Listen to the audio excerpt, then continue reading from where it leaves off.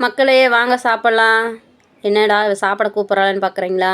ஆமாங்க. நம்ம வந்து சாப்பாடுனாலே ரசித்து ருசித்து சாப்பிட்ணும். சாப்பாடு தாங்க நமக்கு முக்கியம். என்ன வேலை இருந்தாலும் நம்ம சாப்பாட்டை மட்டும் தவிர்க்கவே முடியாது.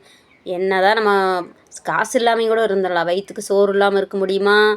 அதனால் சாப்பாடு மட்டும் கொஞ்சம் ரசித்து ருசித்து சாப்பிடுங்க. கொஞ்சம் ஹெல்த்தியாகவும் சாப்பிடுங்க. அதுக்காகவே நான் வந்து எனக்கு ரொம்ப ரொம்ப பிடிச்ச பாவக்காய் குழம்பு வந்து நான் வந்து மீன் குழம்பு மாதிரி செய்வேன். கசப்பே இருக்காது. அந்த மாதிரி சுட சுட சாதம் போட்டு ஏப்பமே வந்துருச்சு எனக்கு சொல்லும்போது. சுட சுட சாதமும் அந்த பாவக்காய் குழம்பு அப்படியே வச்சு சாப்பிட்டா அவ்வளோ ருசியாக இருக்கும். அது கூட அதுக்கு மேட்சிங் வந்து நம்ம வந்து கூட்டு தான் சாப்பிடணும். மற்றபடி எதுவுமே நல்லா இருக்காது. அதுக்கப்புறம் பார்த்திங்கன்னா அப்படியே நைட்டுக்கு வந்து நல்லா கத்திரிக்காய் பஜ்ஜி கடைஞ்சி நல்லா முறு முறுன்னு தோசை சாப்பிட்டா செம்மையாக இருக்கும். சாப்பிடுங்க.